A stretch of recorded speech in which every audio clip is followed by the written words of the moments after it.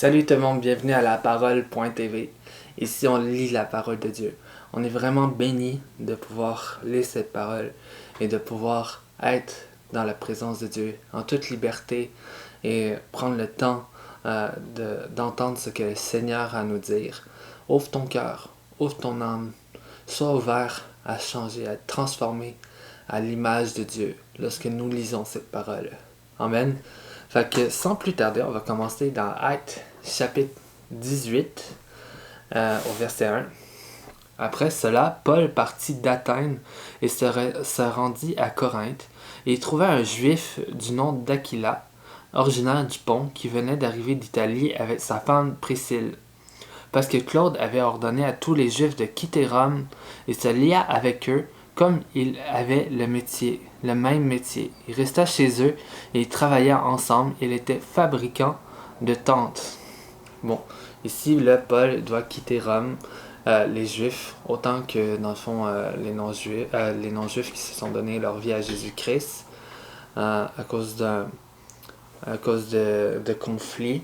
Et maintenant, après ça, on va voir que Dieu n'a pas fini avec Paul. Pas parce qu'il arrive un malheur dans sa vie que tout doit s'arrêter. Au contraire, Dieu va utiliser cette circonstance-là pour faire son œuvre à travers Corinthe, où ce qu'il va aller. Chaque sabbat, Paul discourait, au verset 4, chaque sabbat, Paul discourait dans la synagogue et persuadait les Juifs et des Grecs. Quand Silas et Timothée arrivèrent de la Macédoine, pressés par l'Esprit, ils entendaient aux Juifs, ils attestaient aux Juifs que Jésus est le Messie. Mais comme ils s'opposaient à lui et l'insultaient, Paul secoua ses vêtements et leur dit que votre sang retombe sur votre tête. J'en suis pur. Dès maintenant, j'irai vers les non-juifs. Il sortit de là et se rendit chez un dénommé Titius Justus, un homme qui craignait Dieu et dont la maison était contiguë à la synagogue. Ça veut dire, dans le fond, qui est à côté carrément de la synagogue. Cependant, Crispus, le chef de la synagogue, crut au Seigneur, ainsi que toute sa famille. Beaucoup de Corinthiens écoutèrent Paul et crurent aussi et furent baptisés.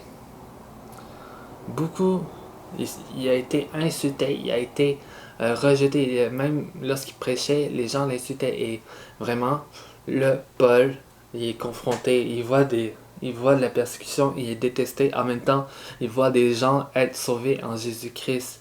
Et là, ce que Dieu va venir faire, il va venir le fortifier. Au verset 9. Le Seigneur dit à Paul, dans une vision pendant la nuit, « N'aie pas peur, mais parle et ne te tais pas, car je suis moi-même avec toi, et personne ne s'attaquera à toi pour te faire du mal. En effet, j'ai un peuple nombreux dans cette ville. Il s'établit là 1 an et 6 mois, enseignait la parole de Dieu parmi les Corinthiens. N'aie pas peur, parle de Dieu. Parle de Dieu dans ta vie, n'aie pas peur. L'Éternel est avec nous et il nous encourage à parler. Ici, il le dit à Paul, mais je suis sûr que lorsque nous parlons de Dieu, Dieu va nous encourager.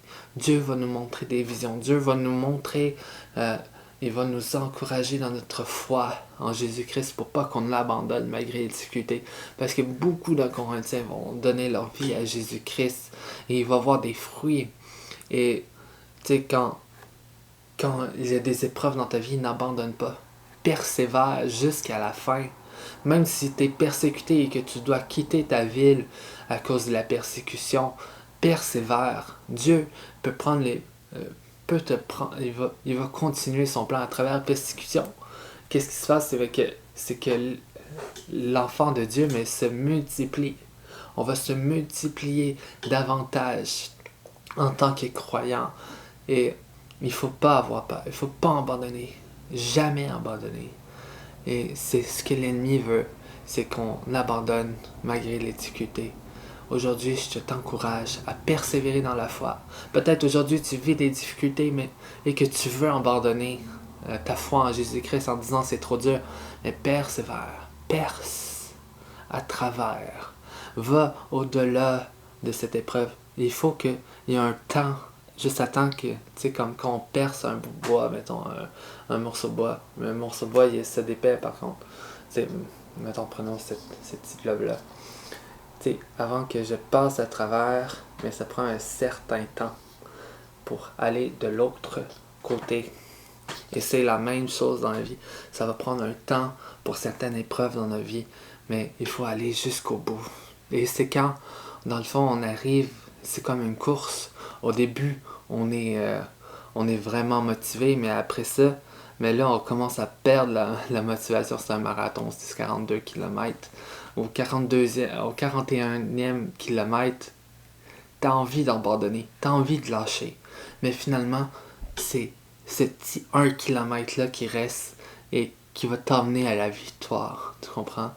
Fait que reste dans les voies de Dieu. Et Dieu va se servir de cette épreuve que tu as vécue pour instruire d'autres personnes, pour aider d'autres personnes qui vont venir dans ta vie. Ce bagage, ce sac qu'il te donne, c'est pour l'œuvre de Dieu.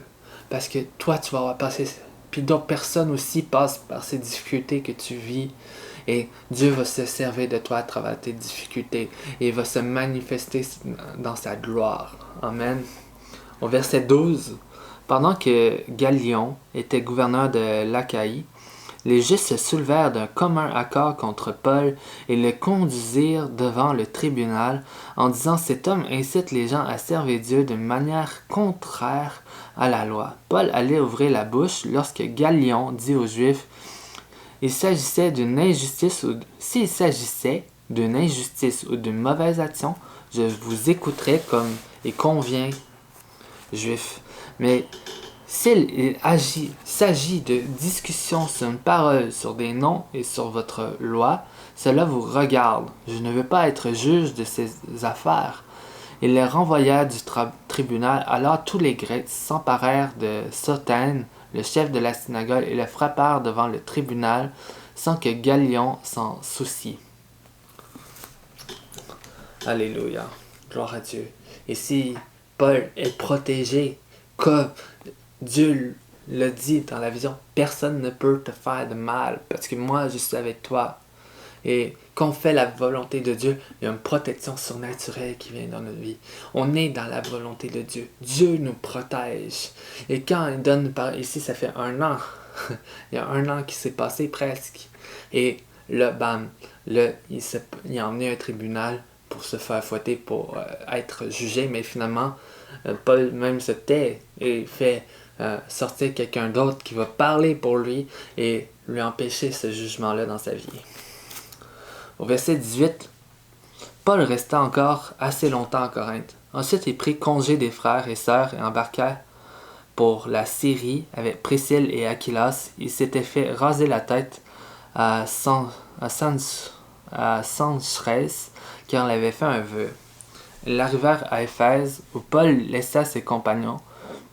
Lui-même entra dans la synagogue et s'entraint avec les Juifs, qui lui demandèrent de prolonger son séjour chez eux. Mais il refusait. Il prit congé d'eux en disant « Il faut absolument que je célèbre la fête prochaine à Jérusalem. Je reviendrai vers vous si Dieu le veut. » Et il partit d'Éphèse en bateau. Il débarqua à Césarée et monta à Jérusalem pour saluer l'Église, puis descendit en Antioche. Après avoir passé quelque temps à Antioche, Paul se mit en route et parcourut successivement la Galatie et la Phrygie en fortifiant tous les disciples. Apollos était enseigné à Éphèse. Un juif, ça c'est le titre de moi, je l'ai lu. Un jour, un juif originaire d'Alexandrie du nom d'Apollos était arrivé à Éphèse. C'était un homme éloquent et versé dans les Écritures. Il a été instruit quant à la voix du Seigneur et plein de ferveur. Il annonçait et enseignait avec exactitude ce qui concerne Jésus. Bien que ne connaissant que le baptême de Jean, il se mit à parler avec assurance dans la synagogue. Après l'avoir écouté, Aquilas et Priscille le prirent avec eux et lui exposèrent plus exactement la voix de Dieu. Comme il voulait aller avec Achaïe, les frères l'y encourageaient et écrivaient aux disciples de lui faire un bon accueil. Dès son arrivée, il se rendit par la grâce de Dieu. Très très utile aux croyants. En effet, il refutait avec force les Juifs en public et démontrait par les Écritures que Jésus est le Messie. Amen. C'est tout pour qu'est-ce qui est du chapitre 18 de Actes. Il y a beaucoup de choses qui se passent ici. Et ce que je peux en retenir, c'est que vraiment les épreuves qu'on vit, ce que tu vis en ce moment, mais n'abandonne pas. Malgré la persécution, malgré qu'on te ridiculise, persévère, que le fruit de Dieu se manifeste dans ta vie. Si tu persévères dans rien dans ta vie, mais tu n'auras jamais de fruits, tu n'auras jamais de résultats. Tu vas toujours être une succession d'échecs. Continue ton projet jusqu'à la fin. Continue ton projet, même si personne ne croit en toi. Mais Dieu, si te l'a mis à cœur, si Dieu t'a mis un projet à cœur, fais-le.